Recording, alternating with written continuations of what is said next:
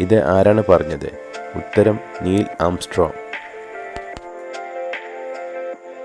Indian ബഹിരാകാശ പരിപാടിയുടെ പ്രഥമ രൂപരേഖ തയ്യാറാക്കിയ ശാസ്ത്രജ്ഞൻ ആര്? ഉത്തരം ജഹാംഗീർ ബാബ. ഇന്ത്യയിലെ ആദ്യത്തെ റോക്കറ്റ് വിക്ഷേപണ കേന്ദ്രം ഏത്? ഉത്തരം തുമ്പ.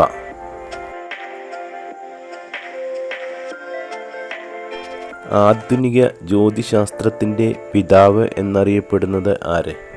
ഉത്തരം കോപ്പർനിക്കസ്.